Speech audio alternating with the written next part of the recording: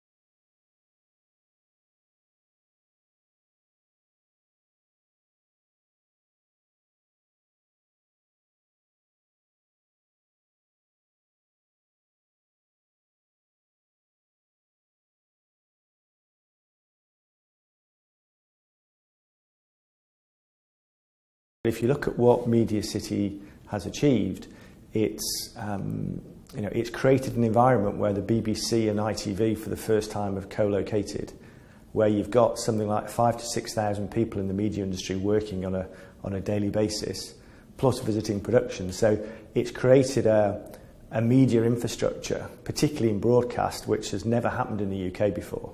It's a huge shift in the media industry. So it's created an environment where those large broadcasters, all the SMEs, everybody can congregate in the coffee shop, swap ideas, and that kind of creative mix is fantastic, I think. What Dock10 aims to be is a business which makes production easy.